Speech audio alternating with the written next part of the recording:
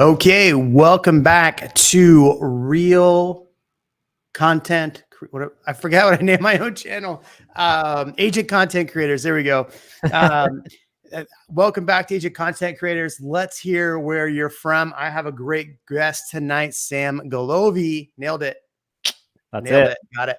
We're going to chat with him and talk about what he's doing in his business, doing some amazing things with YouTube, content creation. So we're going to talk with him. If you're new to this channel, here's a rundown. I did a lot of really fun stuff really quickly on YouTube and was seeing success. And I had some amazing people that kind of helped me and talked with me and helped guided me. And so I created this channel just to have those conversations that I had in private with people, have them out in the open about what to do with your YouTube channel, what to do if you're doing Instagram, any of that content stuff. This channel is all about content creation. So I'm excited to have you, everybody that's coming in. We got people from Houston. What's up? Let's go, man. Good to have you here. So if you haven't subscribed to this channel, if you find value in what we talk about today, I'd love for you to subscribe and drop some comments below. No paid coaching here, none of that fun stuff. This is all just conversations and helping people with their YouTube channel and their content. So Sam, welcome to the channel, man. Glad to have you. Thank you for having me. Appreciate it. I apologize that I don't have my beautiful green screen behind me tonight. I'm in the process of a move, so no go there. Tom, South Carolina, what's up, man? So your channel, you started July of last year, right? Yeah. So right about just under a year ago, exactly. I mean, I had some videos out before. I was doing a little bit more professional production stuff with a guy, and I was focused on Instagram. So they would be like my videos that just kind of hit YouTube, but my focus was Instagram, social media at the time. But yeah, last July is when I really started to hit YouTube and kind of, in a way, farming YouTube, if you will. Okay. So you're at what, 583 subscribers now. Yep. A lot of people are going to say, "Oh, that's not very many subscribers." So here's the thing: is it doesn't matter how many subscribers you have; it matters what the output of those subscribers and the people that are watching. So why don't you walk us through kind of your process, what happened with YouTube, and where you're at now, business wise? Like what percentage of your business is from YouTube? Yeah. So basically, once I started going consistently into YouTube, I started actually seeing the phone ring. But really, so now that I've been in it almost 1 year, like going, I would say pretty consistently, I've only had the phone start ringing in the last 6 months. So there was a good 6 months of just putting content out, going after it, doing the videos. I mean, I had a few leads coming in, actually a decent amount of leads coming in, but I would say really only kicked off till like the beginning of this year, about 6 months ago, when I'm starting getting more consistent leads. Now I can kind of systematically, I track all my leads in an Excel spreadsheet just to kind of see where all the leads are coming from. And I can kind of guess, if you will, systematically of how many leads I'm expecting this month based on what I've been averaging the last 3 to 4. Nice. So it's not a ton of leads, but the people that do call are definitely more qualified, a lot warmer, because when they call you, they've seen your face, they've decided whether they like you or not, right? Now, will some of those people fall through? Absolutely, right? Especially in my market. Our market is basically what would be typically considered like a secondary market. I'm in Sacramento, California. And even though we're like the capital and kind of major metropolitan now, people look at us as a smaller market, especially when they're coming from San Francisco Bay Area. But we have so much flow from there that it's a lot of, you still get some looky-loos of like, hey, maybe it is better in Sacramento than it is here in San Francisco. How far can my dollar go? So absolutely, some of those people will fall through or maybe not ready to commit, but definitely higher price points and way more qualified. And I mean, they're still buying even with this recent market shift.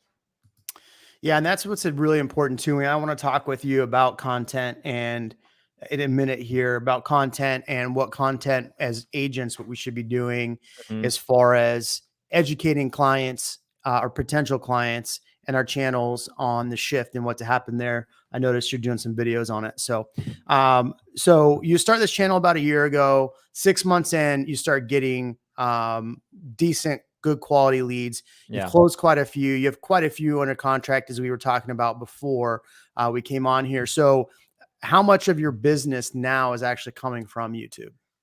So currently, as of today, I'm looking at my board here. I'm in the office. I have about 12 pending right now, and I would say about 10 of those are directly from YouTube, as YouTube leads that came in the last That's 6-ish months or later than yeah, that's that. a strong Earlier. 90%.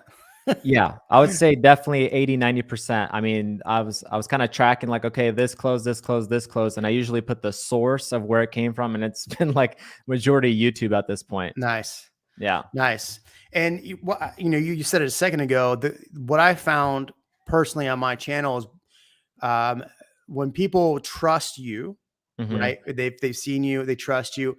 They don't necessarily second guess everything you're telling them, and they're not always questioning you as much. And they're a lot Yeah. makes a transaction a lot easier. Do you think the 10 that you have under contract have been much easier to work with than some of the ones in the past? Oh, definitely. I mean, there's still some that have come through that are maybe a little bit tougher client, especially if it's, let's say they're a first-time home buyer, they're not from the area, and they're still kind of trying to see if they want to commit or where exactly they want to commit to. But overall, I mean, they make reference to specifically my lives, right? Because especially some of the questions right now, like there's a lot of fear in the market of like, Yeah. hey, this shift, prices are going down, this and that. And I just address those during my lives. And if you see, like, you just showed some of the thumbnails there, they might see like market shift or our prices dropping, right? Those are keywords that people are searching. Yeah. So in that, it sounds scary, it sounds gloomy, right? I mean, what does the news do? They just take the article and then everybody makes their facts based on an article. In a way, YouTube, that thumbnail is that article, and we're trying to just draw them in. But then there, I am just giving them facts. I'm like, this is what the market is doing. These are the actual stats. I bring on a lot of KCM stuff that we've even learned through our ecosystem that we're attached to. So, and my actual beliefs on the market, I'm not just feeding stuff. I actually talk about like whether I believe a certain way or not. And I talk to them like a client, like I'm having a conversation, and it makes the process so much easier. Like even now I have clients that are in contract, and they'll text me my own link, and they're like, oh, you said this, this, and this. And then they'll send me supporting articles. Yeah. It's It's crazy. it, Sometimes I've even had guys or gals, they send me like a picture, and it's literally their living room. It's a huge, TV, and they're watching my YouTube videos. They're like, yeah. which house is this? I'm like, dude, read the description. That's funny. Like, I don't know. Like I have 100 videos now. I So have it's that funny. happen all the time. Like people Yeah. will text me pictures. In fact, I have an idea of a commercial that I'm going to put together. And in the commercial, it's people watching my channel from There their you go. couch. That's cool. So I'm imagining people sending it because I have that happen. So you're saying live streams are pretty powerful tool on your channel. Yeah. I remember an agent on the Tom Ferry podcast saying that exact same thing. Can't remember his name. Jeremy Knight, was that the Jeremy one? Knight. Yeah. Yeah. Might be. I think it's Yeah. that guy. So, I mean, I think you're right. Live streams are super powerful. Now, look, it gets kind of discouraging when you have like 10 people watching, right? You always Yeah. want to have 100 Oh, people yeah. watching. Oh, yeah. What? What? Can you hear me? Yeah, I can hear you. Yeah, we're good. Yeah. Okay. But when you're only having a few people watch, it kind of like it bums you out when you're growing your channel. The challenge is, or the good thing is though, is people watch that on replay. You can cut those clips up and create clips. That's what we do on the channel. And I had a clip, no joke, on my channel that I put out. It was a 3-week-old clip, but I finally put it out on Sunday. It's one of my top performing videos in a very long time. And it just went crazy. It was about new builds. So let's talk about content. So I'm always one of those people who talks about having 4 pillars of content. What does your content buckets look like, and how do you work that? Yeah, definitely. I'll talk about the buckets, kind of what I focus on. One thing I do want to mention with the live streams, so people don't get disappointed. I also don't get always a ton of people watching, but I'm very consistent. The main thing is to create almost like a show out of it. So every Tuesday at 5:30 p.m., I'm going live. Like regardless, it's religious. Even when I'm on vacation, I will pre-record a live to go live on Tuesday at 5:30. Okay. So the beautiful thing about live too, really quick for some of you guys just starting or looking into it, is that there's no editing. So if you're like, man, I hate editing, I don't know how to edit it. That was me. I was that guy. I always hired a professional videographer until I got into YouTube, to where I was like, if I want to scale this financially, it doesn't really make sense right now until I'm actually making money from YouTube to hire someone on. Okay. So in the beginning, going live is such a tool because, first of all, you have to hone your skill. You got to know your chops. You got to know your presentation. It puts you on edge, and then it also makes you consistent. But also, too, people, just like you brought in those comments, it's algorithm, and then it keeps people engaged. So you can ask questions. You can kind of go back and forth, bring up chats, just like you did right there. Awesome.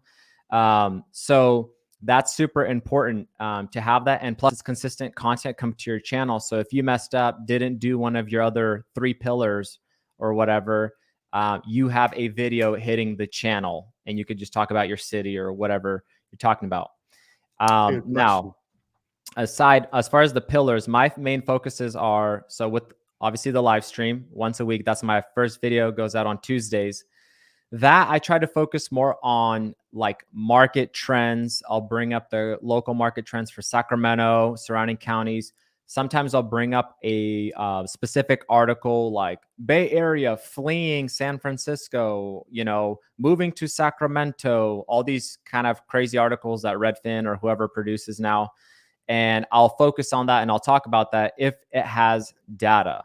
I don't talk about just like trendy stuff because some writer decided that it would be fancy to talk about it. But I do want to have some data that actually shows how many people are moving or whatever.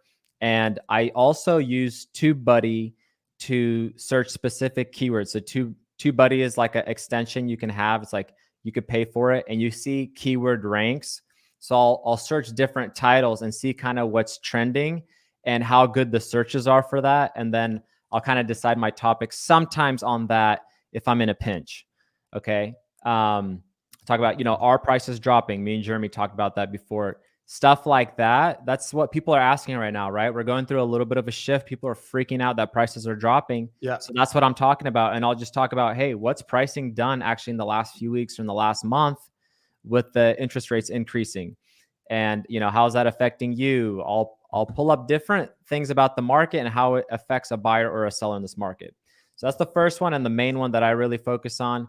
Another one, I look at this almost like a wide net to catch people in or bring people into your channel. And in our area, we have a lot of new construction going on. So ton of new build activities. So what do you do when you're a client that's thinking about moving into Sacramento and you want to buy? The first thing you typically look at is what's the new construction? What are the new hot areas? And so I just started focusing on those. And so I would do my live on Tuesday. And then by Thursday or Friday, I would have a new home build tour. And so those are like the 2 main ones that I would focus on. Sometimes I'd post like 3 or more videos a week, but those are kind of like the 2 I would call essentials as far as for my channel right now. Okay. All right. And so if you had to do everything differently, you've been doing this for about a year, what are some things you do differently? So I go back and forth on this quite a bit. So I started going live when I only had like 60 something subscribers on my channel, but I knew I just wanted to start pushing content. Some of the guys I talked with that are really successful with YouTube would say like, hey, wait till you have a few hundred followers to really start cranking live. So then you actually have some people tuning in. Yeah. So that's kind of a big back and forth. For me personally, if you don't like editing videos and you want to just start kicking off and you're good on video, or you definitely want to increase your skill being on live video, because I will tell you one thing, like as an agent, it's definitely going to up your game. If you're going live every week and you're bringing information that is out there forever, you got to know your stuff. And if you don't, people will be able to tell really easily, like either you're legit or you're not, So it tightens you up, first of all, as an agent, your sales presentation, everything, your knowledge, you become the knowledge broker in your area. So I'm personally a fan of going live stream, maybe even from the beginning, just because it cuts out that editing, sharpens your game on video, and then you have consistent content hitting your channel. And then it makes you more disciplined, really. Now I like doing my clips. So I'll take the live streams and we'll take some of the, let's see. Here's a kind of wrong one. Trying to find this. So here's kind of example. So we cut this clip up. This is what I was talking about, like 3,500 views in a day. This went on yesterday. Nice. And super easy title. How much trouble are builders in? So you're talking builders. I talk about builders all the time. And just doing wide net stuff like that, I think is really key. I'm glad you brought that up because, but again, I like cutting up the clips. So have you thought about taking some of your clips and putting the clips out? That's literally I guess my third bucket, if you will. My other process that I want to start adding in is just taking clips from my live stream, chopping them up basically into like a YouTube short and then pumping out that way, so that's kind of my other. I'm also trying to figure out how I can streamline that. Do you do yours yourself or do you have someone else do it for you? So I have my editor who does my standard videos.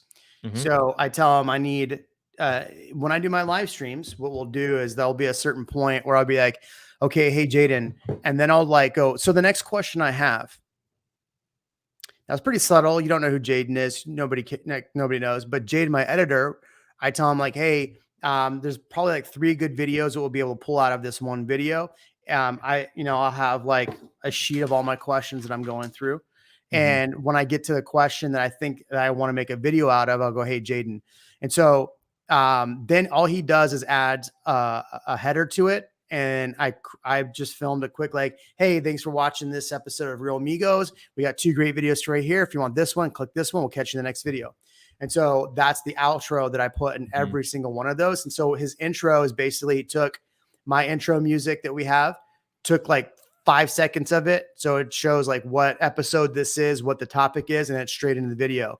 And so it basically cuts out me asking the question, right? So the topic is in the headline and then it cuts out the question. So it's just straight in the video. So there's other people that want to set up a whole clip, right? So in today's episode, we're going to talk about this. I think you just got to get straight into the content for the most part. Oh yeah. So just get straight in. Absolutely. Another thing I forgot to mention, this might be good for some of you guys in different markets. Maybe you don't have a ton of new construction in your area. What's really been pretty good too, I've seen some of the videos take off, is review a luxury listing or a luxury home. Yeah. In like a hot area. Some I've had, I've never really ran ads. There was maybe one video I ran an ad on and it was like, top 5 reasons to buy a new build or whatever. But there's something about seeing a home and it's like 2 million, 3 million, whatever your market is. There's something eye-catching about that, especially if it's a really sweet thumbnail. So a lot of people, they like eye candy, right? They want to see something beautiful in a way. They want to maybe dream a little bit, right? So everybody wants to see that sweet listing or that one-of-a-kind listing. So you could even pop those in once in a while if you have access. You can reach out to listing agents like, hey, can I tour this home? Especially right now with the market shift, right. Like the luxury homes are probably going to sit a little bit longer depending on the market you're in. This is a great time to be like, hey, man, I'm advertising your listing for free. Will you let me in? That's a good way to get in as well, to like keep more content coming to the channel, casting that net, if you will. Yeah. And that's a great point, because I actually do that. I have a few agents that are friends of mine, and I tell them like, hey, agents in Austin know, if you get a really cool listing coming up, call Jeremy, and Jeremy will shoot a video on it. And I don't charge them for it. It goes on my channel. I'm like, hey, like 5 minutes in the video or 2 minutes in the video, I'm like, oh, by the way, this is listed by my friend X. Yeah. And then I keep rolling. And then I put their contact info in the thing. And you charge them for that? I don't charge them for it at all. Oh, I thought you said you charged them for that. No way. No. Okay. I mean, I could. I'm at the point, I'm at the point now that agents call me and ask me to do video for them. And that's like, kind of what I was thinking, because you have so much reach. It's almost like another marketing platform for their listing. Yeah, I mean, we were talking before the podcast. I just listed my own home. And so I was doing a video on why I'm leaving Austin. And I had to wait because I'm pretty sure the person that bought my house saw the video. So I don't want to like have them like why I'm leaving, Yeah. It has nothing to do with my house or my neighborhood, but I want them to be like, what the heck? So, right. Backpedaling. Yeah. Yeah. Yeah. So I gotta be careful about what I do So there. let me ask you this. What are your 4 pillars? Like, what do you try to focus on for yours? Yeah. So, you, let's see. I'll pull mine up. Oh, did it again. So my 4 pillars are this: new construction, right? So trouble Mhm, coming, like this one's a here, massive shift coming for new home builders. mhm, So that's one all the time. The market conditions, so market prices drop. So market conditions, that's mhm, one. Um, the other thing we do is I'll do like luxury properties like this, right here, $2 million, $2 million. And then just like things that are happening in Austin, right? mhm, Kind of like how you said, like the search. I don't do the search stuff. Like I don't use TubeBuddy, but mhm. obviously, if you're Googling, housing market, you're going to see an article that pops up. Do an article about it, right? Yeah. I do stuff like this related to Austin, like most affordable cities to live in, because there's a video or an article that came out about, you know, um, the most affordable city in Texas, and it was actually Austin, which, believe it Mm. or not, I couldn't believe it. So, um, so it's stuff like that. And then the live streams, we do a lot of content on the live streams. We do all different, we'll do the market most of the time. We'll talk about investing. We did one right here where I had the mullets, where we had one of my friends come on and talk about crypto and buying in the metaverse, and he's got a mullet, so we wore mullets and just had fun with it. So Nice. yeah, so those are probably my 4 pillars. Yeah. Okay. Cool. And how many videos are you doing a week? So I rock. So I do my standalone videos. Those come out Tuesdays. We film Real Amigos live. I don't do the pre-recorded stuff. I just would rather not shoot that week. I think the way you do it's smart though. Don't miss a week. Be consistent. Mhm. I just like to be able to have the conversations and pull up, Yeah, like this totally. right here, Yeah. right? So, so Wednesdays, and then I put out 1, maybe 2 clips on Sundays. Now, if I shoot a video for a listing, or if I shoot like a like a neighborhood tour, I put those out on Fridays. Mm. So, Okay. I mean, sometimes I'm doing 4 videos a week, but for the most part, it's a video, live stream, and a clip. Okay. Okay. Yeah, I just want to also like make mention. I know there's agents trying to get a channel started so they can kind of see 2, differing opinions. Yeah. I would definitely say Jeremy has a lot more experience with this and has been in the game a little bit longer. Well, I think, But why I wanted to share some of this stuff is because we had a lot of agents reach out to us individually, kind of DMing, "Hey, Mastermind, can I call you? Can I pick your brain and this and that?" Right? Because we've had a little bit of success with this thing. And the main thing I would say is you have to look at YouTube as more like Google, like a search engine.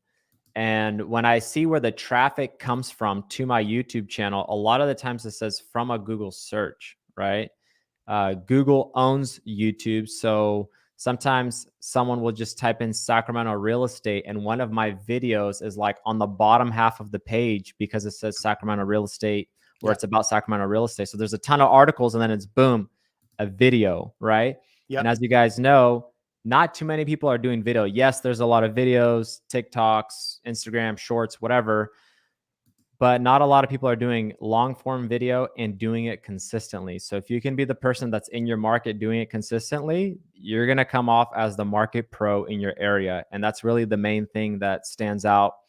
It's not that I'm a better agent than absolutely everyone in my market. There's people even with bigger channels than I do in my market that are crushing it on YouTube. And I'm sure with Jeremy, like, it's not about being the absolute best agent, but it's about just having the knowledge and also telling people that knowledge and showing people the community, showing people the areas, basically just delivering so much value that they have no other choice. They're like, oh, shoot, like Sam knows the communities, he knows the areas, he knows what I want. I might as well give this guy a call and, pick his brain on it. And You know, that's one my thing that's goal, really is just to get a important, call. one thing that's really important that I think we need to be cognizant of is that if people see us putting out this much content, the question they're going to have is, oh, will Sam have enough time for me?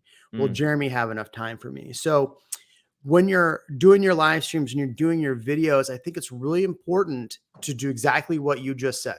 You're, I wouldn't say you're the digital mayor of your town, but when it comes to real estate in your area, your job with YouTube is to be the person people think of when it comes to real estate. Yep. The challenge that we run into is people will at certain points think that you're too busy for them. And I've had people who said, "Hey, I wanted to work with you, but I just felt you're like my price point was too low or whatever, like you wouldn't work with me." So I think when we're having conversations on these channels and in live streams, we need to let people know that we are available, right? Yes. Absolutely. But you don't want to come off salesy either, right? You can talk about, so some of the things I do, especially on the live streams, is talk about experiences clients are having in certain areas. Cause like, that's the best way to show that you're selling homes is like, yeah, we just had a client that bought in this neighborhood. When the question right here is about neighborhood videos. When you're doing like the best way to do a cool video, like a neighborhood video, is have a client go under contract. You go sign the contract. I know not every city does this, but you sign the contract, they leave, and then you walk through the neighborhood filming the neighborhood for 15 minutes and cut a video out of it. And in the video, like, we just had a client who went under contract in this neighborhood. Here's why they liked it. Here's why I think you would like it. Let's walk through and look. Now, people, you've told people that you sell real estate and you have time for that client, which means potentially you have time for them.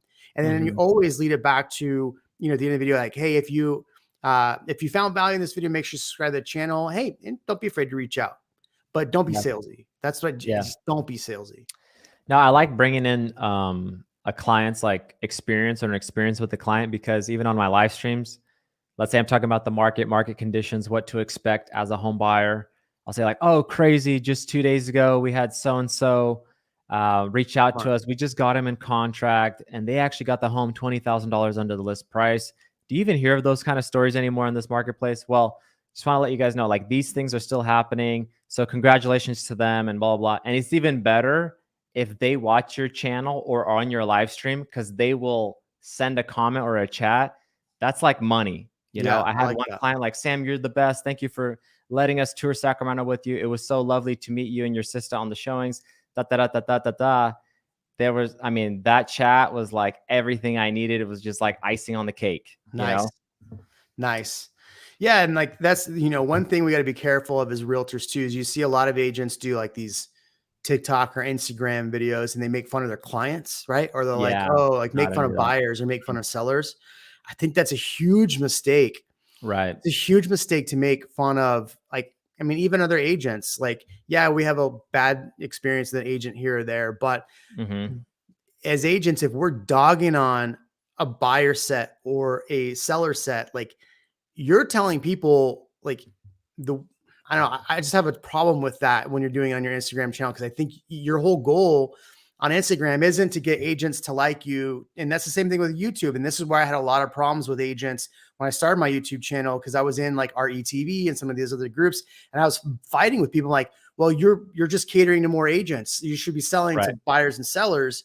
But you're doing videos for agents, do videos for consumers. And this is like, I think the biggest hang up agents have is because we want to share our videos with other agents and get agents to tell us how great we are, but our agents aren't the actual end goal. It's the buyer, the seller. So don't make fun of your clients, especially on live streams. Now, you can have funny stories and tell funny stories about what happens with the client, or bad stories that happen with the client. I just wouldn't dog on your clients. It's one thing. No, 100%. You got to even be careful with some of the memes, right? Because on Instagram, like, there's some pretty good memes out there with like clients in today's market and this and that. Yeah. And sometimes I'll post, like, if it's like a good meme, because I'll even get responses from like my sphere of influence, past clients, current clients. You know, they get a good chuckle out of it because everyone knows, like, you know, market's been crazy, so they laugh. But you also have to be careful to limit that, even though you might have laughed or sent it to a few of your friends. You don't want to create an impression in your clients' minds that the market is bad for them. Right? You put enough of those memes out there of like buyers just getting you know, messed up in this market and getting disgruntled and whatnot. Like, you're creating, even though it's through humor, you're still creating that impression for the people watching your stuff. Yeah, no, I agree with that 100%, man. I just, you know, I've seen some really good quality agents do that. And then I always wonder, like, are you really pushing out your client base by doing that? Yeah, agents will laugh, right? When we Mhm. make fun of something a buyer or a seller did, like, yeah, it's funny. We go through it all at the Mhm. same time. Like, we have really bad experiences, but now put yourself in a buyer or a seller's shoes. If they see you making fun of another buyer or seller, why would they want to come work with you? Because you may Yeah. make fun of them. Yeah, totally. Yeah. Totally. You gotta limit the experiences, but Yeah. yeah, I mean, that's just a good, like in any marketing and anywhere where don't get political about anything on the show. None of Oh, that. we do. Yeah. You do? Real amigos. Yeah. I mean, we get Okay, after for it. sure. We get after it, man. We'll talk. I mean, look, we'll talk about the homeless problem in Austin. We'll talk Oh about the yeah, for tax. sure. I mean, we're not going like right, left, Yeah, right. battling swords Yeah, over yeah. Well, whose that's what I mean. opinion, Like right? talking Yeah, about the homeless is actually like that's gonna perk someone's ears up yeah, because a buyer that wants to be in a community and maybe they don't know it as well. yeah. There might, like here in Sacramento, specifically East Sacramento here, you have these homes like really old, but you still have luxury in there, really highly sought after. But you could go down 2 blocks and there's a ton of homeless, right? They want to know that and they want to know which street carry those items so they can like kind of stay away from that especially when they're spending $1 million or It more. was really interesting. You say that. So there was an agent in Toronto that had posted in YouTube Mastermind, I think. Mhm. And they had said, "Hey, my broker made me pull this video down." And the title of the video is like not the worst places to live. It was the uh, areas of the most crime in and around Toronto. And a lot of the agents were just like, "Why would you do that? You shouldn't do that." Um, what about all the RESPA laws or whatever? Like, Yeah, yeah, I'm yeah. like, well, hold on a second. Did you say anything leading? Did you say anything that was steering? Did you do anything in the video where you're like, don't buy here because of this? Because I've made a lot of videos on the worst places to live, Mhm. like legit. And the way I'll do is I'll pull a list and go, here's a list that just came out saying these are the worst places to live. What do you think? And we'll talk about the areas. Mm. And then I'll say, like, what I really like about this area is that the proximity to downtown is actually not bad. Plus, you get this really cool restaurant around the corner. Mhm. Now, I'm telling people what the places are that are bad on a list, but I'm also talking about the good parts. And so I found it really odd that a lot of agents jumped on this person for saying this. But if you bring actual physical data, and it's not your opinion, but you're bringing it and you're stating the source, you're doing nothing wrong. Yeah, absolutely. And I think that's a good point of like just bringing data and talking about that data.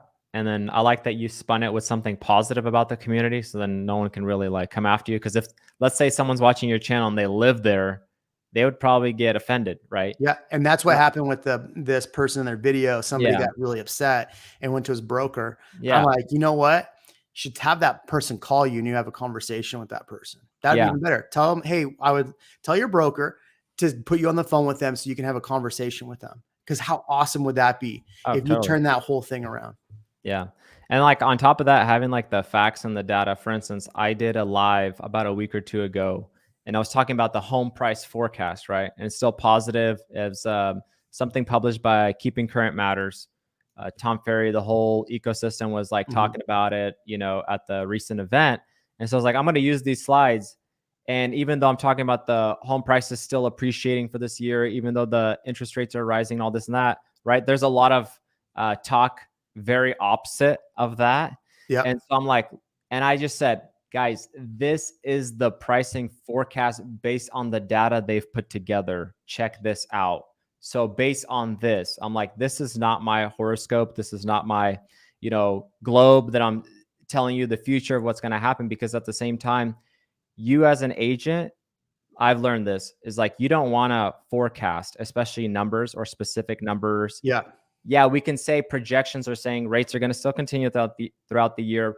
Home prices are still expected to increase based on this, Right. and this, right? And then you show those graphs or refer to that data, but you don't want to make it your personal own opinion because let's say if you're wrong, you just discredited Yeah. yourself like crazy. Yeah.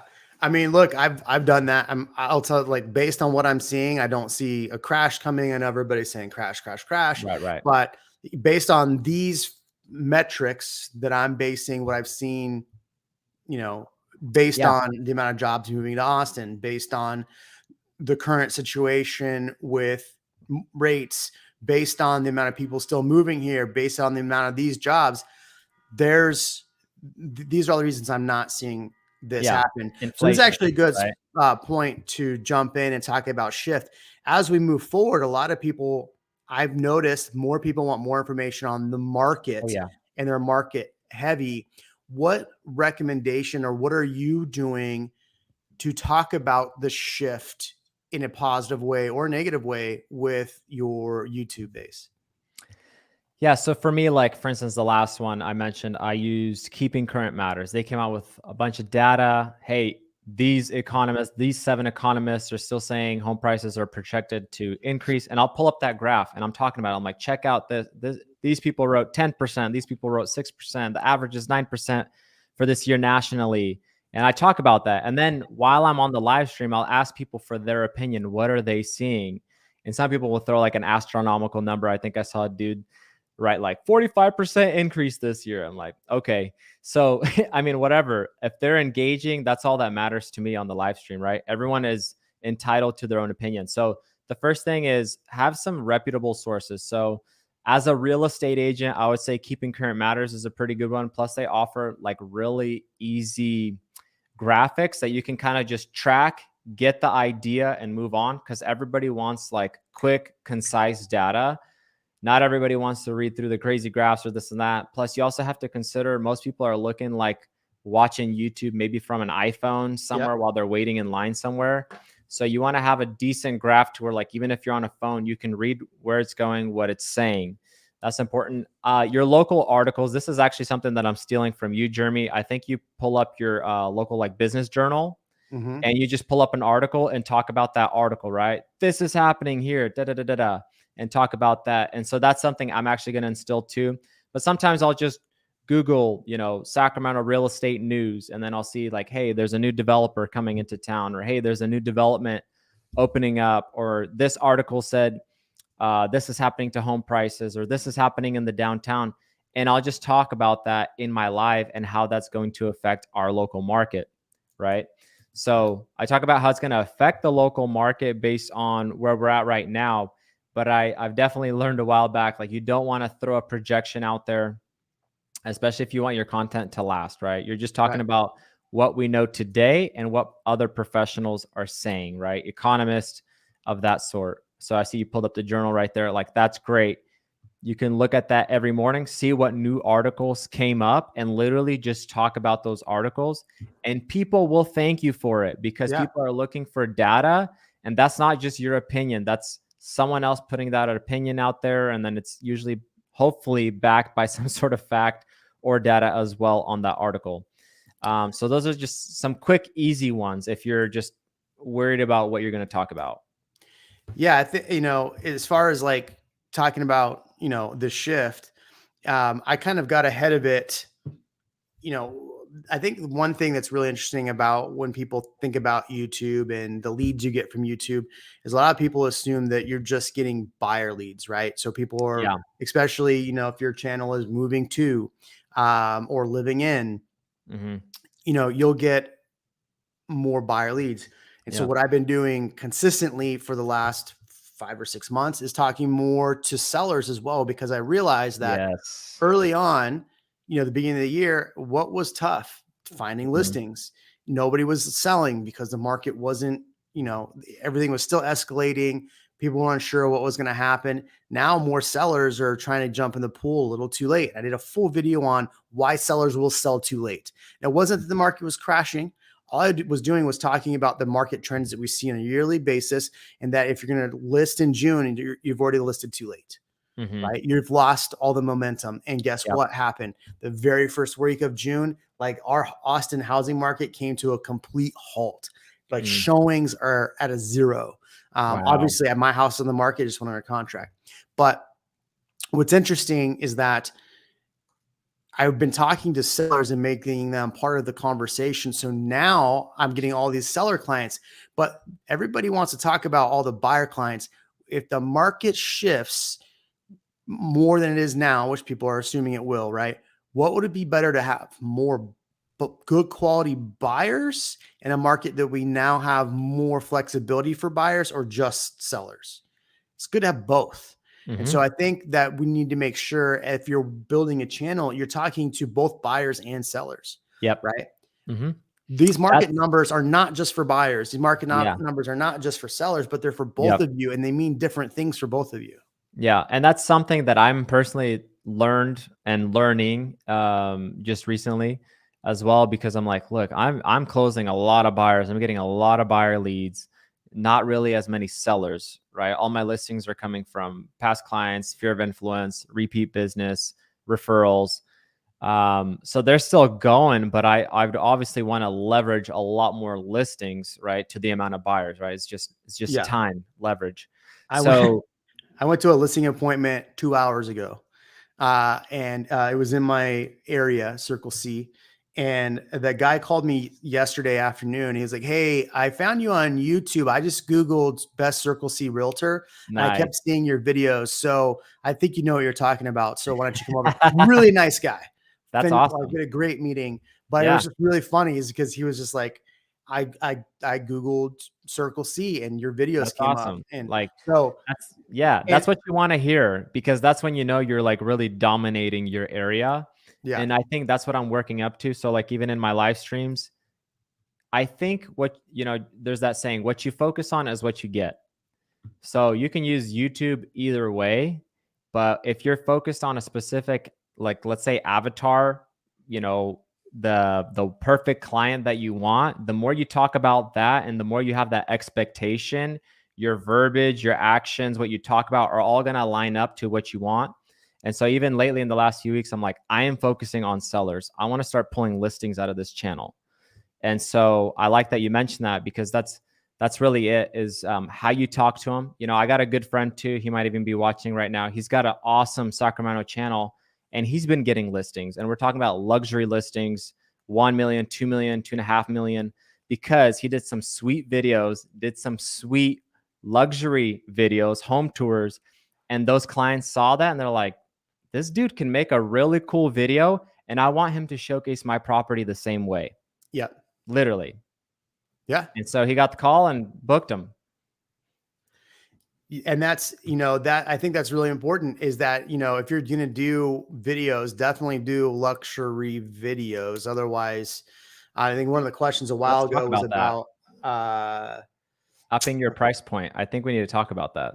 Yeah. And that's, man, that's been one of the coolest things, because, obviously prices have gone up in the last year and a half, 2 years, like substantially higher than normal.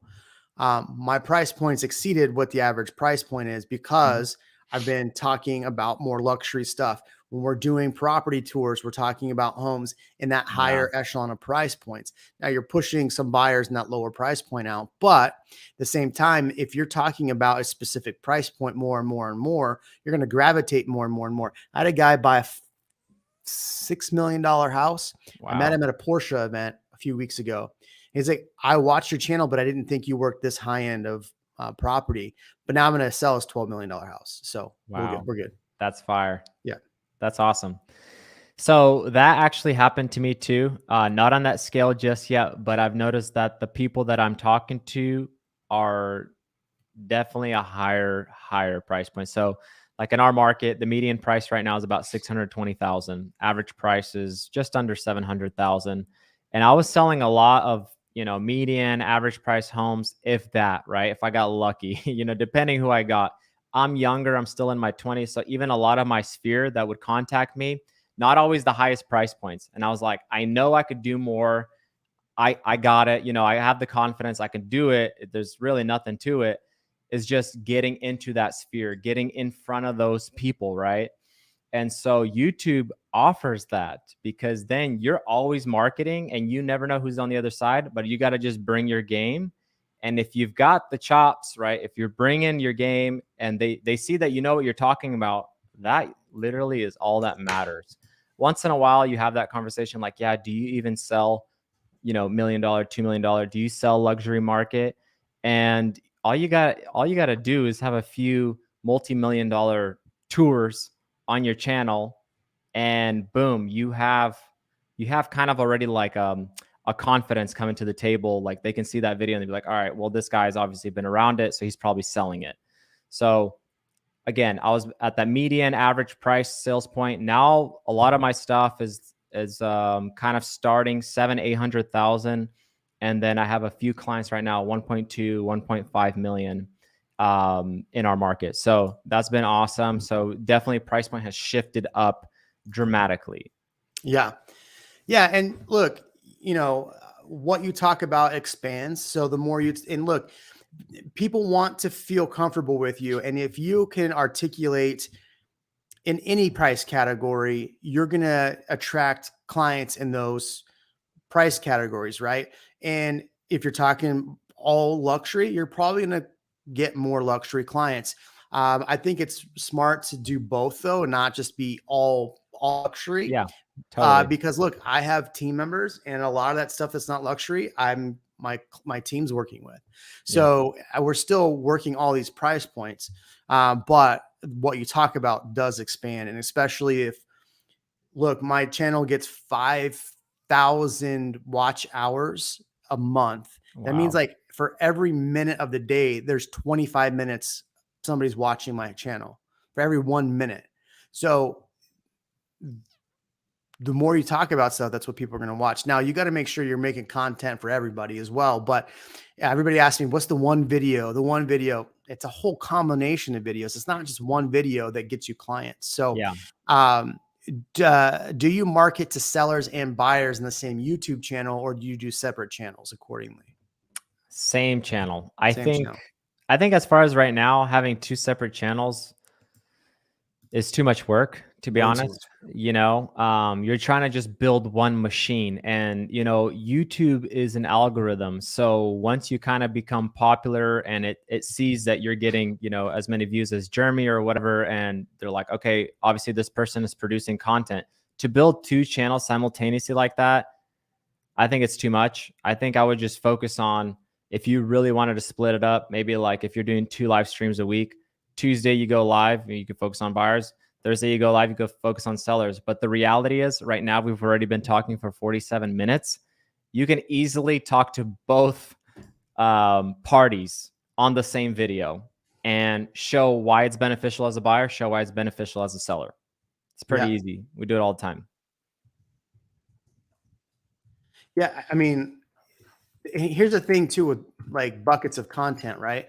Is the more content you make that's out there, people are going to watch. So you have to keep your content fresh. And so a video you did about sellers 3 months ago is not going to be the same video 3 months later.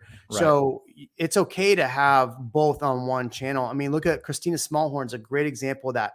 1 week she's talking about tiny homes. The next week she's talking about the market. She has more in referral business than I know of any other agent, because she'll just tell people like, hey, if you're looking at agents all across the country, I can help you with that. And so it's a good thing if you're a part of like, Tom Ferry Coaching, or you're at a brokerage, you have really great, referral partners. If you're talking about wide net content, like somebody talked about, they like to talk about the large market versus their own market. Right here. Harry. So that's why it's great to talk about large markets. And here's the other thing that we do on Real Migos is I bring on agents from all over the place. South, and not even like agents that are at my brokerage, right? I bring on South Carolina, Nashville, all the major markets that people in, Orlando, and we just have a conversation about, hey, how would you compare your market to the Austin market? And guess what? I get people like, hey, do you have an agent for this area in Florida? Yeah, of course I do. Yeah. So that's funny that you bring that up, because literally after we were going to finish here, I was going to ask you, because we have a ton of people from California moving into Texas, and I'll bring you on one of my lives, because that's something I want to do, right? I want to hit the markets that people are leaving California to go to. Yeah. So we don't just have inflow from Bay Area, but we also have a major exflow. So like going to Texas, the Carolinas, Florida, all those states. I'm just going to bring in agents that are good on video, can have a great conversation, are knowledgeable about their market.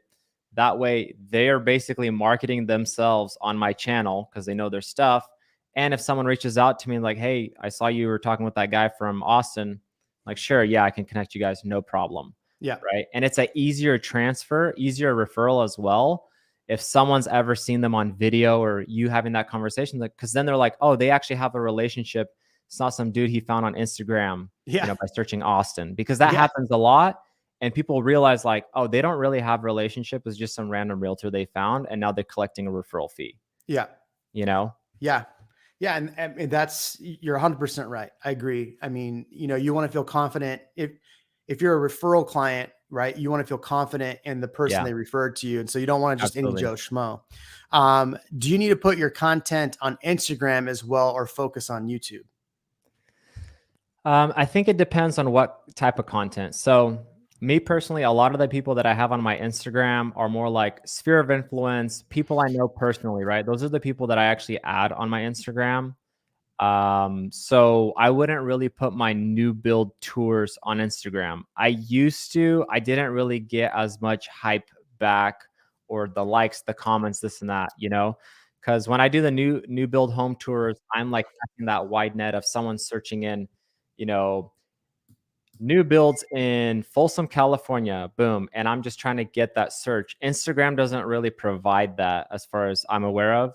So I think for Instagram and the type of people I have on Instagram is just a whole different marketing procedure. Now, can you use videos like we were talking about earlier, like taking a live? Maybe there was a really good segment of you just hammering some information or like a really cool talk. Just clip that and maybe put that as like a reel or a short form video on Instagram. Can you do that? Totally. I see people do that all the time. As far as what I'm doing right now, I haven't implemented that yet, but that's definitely like on my to-do list as I'm bringing on an editor to kind of get that started. Well, so I think it's good to do exactly what I'm doing right here. Nice. So on my live streams, what I'll talk about is I'll go, hey, I posted something really funny on Instagram. Hold on, let me pull it up. And I'll pull up my Instagram and I'm like, oh yeah, see, I did this post. And I'm like, just going like this, right? I leave this up and I go, oh yeah, so I did this post today about my car. Did you see this? Oh, okay. Oh, I did this really funny thing about Elon Musk or whatever this was on my Instagram. I don't ask anybody to go on my Instagram, but guess what happens every time you do that from your YouTube live stream? People go over now, and then all of a sudden you're like, oh, wow, I just got, 20 more followers or whatever on Instagram. Yeah. I think if you're going to be posting on Instagram, be very careful about what you're posting on Instagram. Now I highly recommend if you're going to post one of your videos, don't link the video, link your channel. So like if you do do a 10-second, quick thing of the video you did with the link of your channel, not the video, because what happens on Instagram, if you click on it, they're not signed in. So it just shows up as a video. Jesus, people texting like crazy. Buyers, man. They're not signed in. So they're watching it. YouTube has a hard time figuring out why they're coming over to do it. But if you come to your channel, now they can scroll through and find that video or find a different video. So I highly recommend you don't put your video clips or your video links for the specific video. Now, this is a different story. Like we put this a few different places because the people we're putting it for are realtors. But if you put it on, if you put a video on a realtor page, it's not really meant for realtors and you're killing analytics. That's me personally, for speaking on Instagram, I'm literally looking for a young person right now that's really good at like quick, snazzy edits. So then I could just be blowing Instagram up with reels and do more like flashy videos. Let's say a luxury $1 million tour, instead of me walking around with the camera slow, talking about the custom kitchen, the cabinets, what I would typically do. And that video would be 7, 10, maybe 12 minutes of the home tour, long form. But then on Instagram, I'd want that editor to come in and just like chop a bunch of quick, amazing shots, put it into a reel, put some really trending audio and pump that out. But that'll be a whole different, same house, but a whole different approach to it. And then also like if I was giving some quick stats or whatever, maybe I have them chop my live stream up and just do some really quick points, only have it 15, 30 seconds. And then I'll put that on Instagram. Yeah. That's the way I would probably do it. And that's kind of actually the way I'm gearing right now. Yeah. No, I agree with that. That's pretty smart. Paul, no, you cannot drive I my saw that car. car actually. My wife asked to drive my car yesterday, and I told her no. So I gotta get in line behind her. Is there any content buckets? Jesus. Is there any content buckets that you recommend not doing? Any videos that I recommend not doing? None that really come to mind. I think it's different for every market, right? Because I've had a few agents reach out to me and they're like, "Hey, Sam, I don't have the new builds." And I had maybe she's watching right now, Karen Stone. She's out of Park City, Utah. She's like, "Well, we don't really have that much new construction." I'm like, "Yeah, but you have these sweet listings all around and you have such like a hot little area that all the skiers and snowboarders go to." And she does a great job marketing, but I'm like, why don't you just talk about all the amazing stuff there is to do there in the different seasons, right? Because when I think about Park City, I'm like, I'll only go there during snow season, during the winter. But how is it there in the summer, right? If you're a mountain biker or whatever, I'm just talk about the local things and then just make sure that it's all keywording to different things like best places to eat in Park City, right? Different things about Park City, like consistently, and then talk about the market and just be throwing those things in because like how I live in Sacramento right now, there's still a ton of stuff that I don't know about Sacramento, right? I grew up here, but I don't always know the new restaurants, the new trending spots and this and that. And so you could talk about those and basically bring value to people that are interested in your area. And that way you can also, wrap up more content to the channel. I would, what not to do. I would recommend not doing content aimed at realtors on your client facing channel. So right. if you're doing that needs to be on a totally separate channel. I'm going to tell you this. I would completely stop and just don't do it any further. YouTube shorts. I'm leaning towards the don't do it at all train. Really? Mm-hmm. Why is that? No politics. I'll be honest with you. I think you should talk about politics. I do. I mean, I don't talk right or left or whatever, but talking about the nuances of something happening in your city is very important, right? And there's politics around both sides of that. What were we talking about? What was the question? Which buckets not to do? Yeah, I mean, again, I wouldn't do agent content on your YouTube channel. No, 100%. There's no reason to. I'm not attracting agents. I don't have a down funnel or whatever they call it. Jeremy's trying to recruit me, but besides that. So how about we switch that question up to not just what buckets not to do, because it's going to be a lot of trial and error. For instance, my goal right now is to pump out 3 videos a week. And I realized last week I was so bumping in business and had so much going on. And I committed. I'm like, what's my 3rd video going to be on? I just decided, I went on Zillow. I just picked like my top 10 properties that just hit the market in the last day.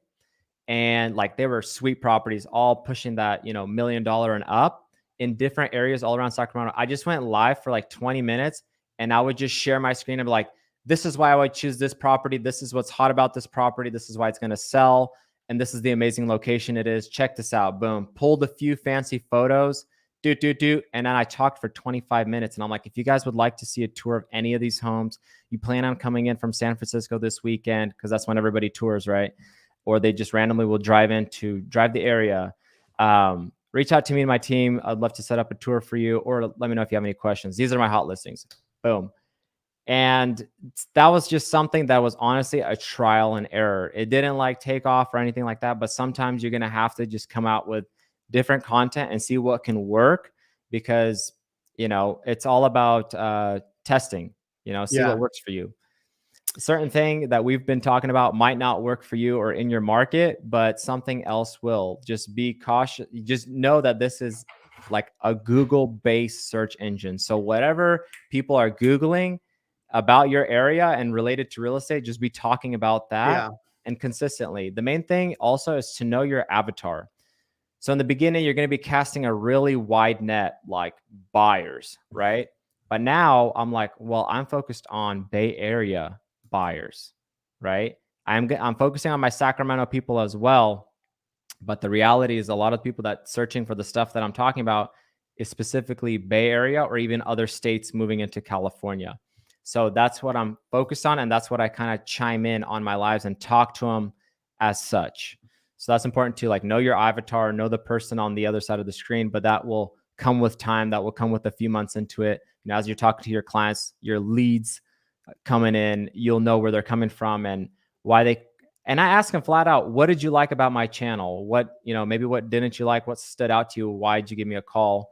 I don't say that on the first initial call, but like as the road when we're shopping and stuff and it's become more casual, then I just kind of like, I want to learn, you know, I want to learn what drew them to me. Yeah, I mean, and that's the one thing that's always tough too, is people go, well, what's the one video, right? What's the one video I should be doing right now?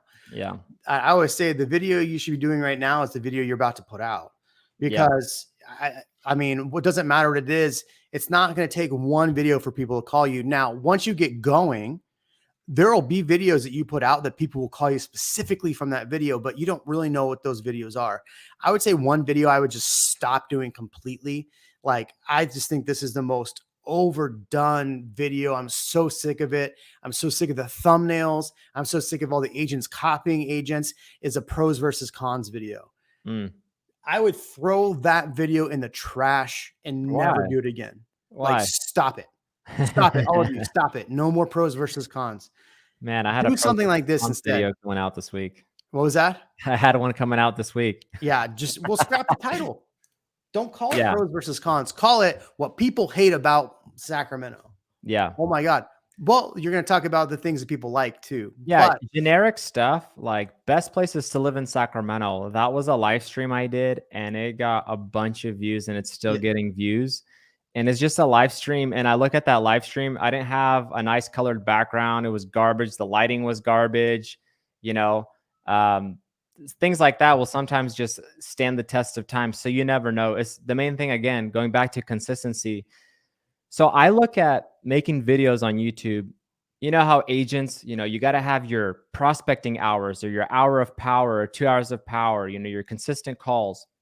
I look at my channel as my consistent prospecting, my consistent marketing. So instead of me picking up the phone for 2 hours and cold calling, which I hate cold calling, I'll never do it. Yeah. This is me pumping out an hour, right? I might take half an hour to an hour preparing my content, sometimes more, and then just going on my live stream for half an hour, sometimes up to an hour, depending. And that's my 2 hours of marketing or prospecting right there. Yeah. You know, because that stuff will stay forever, which is cool. I still do my follow-ups 100% every morning from like 9 to 11 a.m. I'm just following up with my database, the leads that came in. That's just my personal discipline that I want to always keep going. But in the afternoons and evenings, like focusing on videos and doing that, I look at that as my prospecting hours. Yeah. I mean, obviously you're not going to just do video and not pick up the phone. So yeah, exactly. If you don't pick up the phone and just do video, then you really don't have a business. You definitely, even with these clients that come in through YouTube, you definitely still have to follow up on them, still provide value in different ways, right? They'll go somewhere else. I'm even setting up a whole list of all the brand new builds in Sacramento. So if that's what they're asking about or wanting in certain price points, I already have an auto email set up like, hey, thanks for reaching out to our team. And then my assistant has an automatic task the next day or that same day to send them a list of all the new builds in the areas they asked about and in the different price points. Let us know if you'd like to schedule a tour on any of these. Looking forward to working with you guys. Boom. They want another value add piece, not just the video they saw. Yeah. Yeah. For live streams, I would say most people aren't going to find your live stream until about 40 minutes in. Like this live stream right here, I'm watching the view count and it peaked at about 40 minutes in. So I would try to keep it about an hour. So that being said, we are at an hour. Sam, what's your last word of advice for anybody trying to brave the YouTube world? If you guys are going to brave the YouTube world, I would say that it's a long game. It's almost like farming, you know, if people talk about direct mail or any sort of marketing that's worked, you want to have at least 6 to 9 months in the game before you give up on it. And even then, I would say with YouTube, you shouldn't give up on it. But I know a lot of people are probably going to try YouTube and get excited about it. I would say if you have systems that work for you and you know that that's just like your lane, stick with that, you know.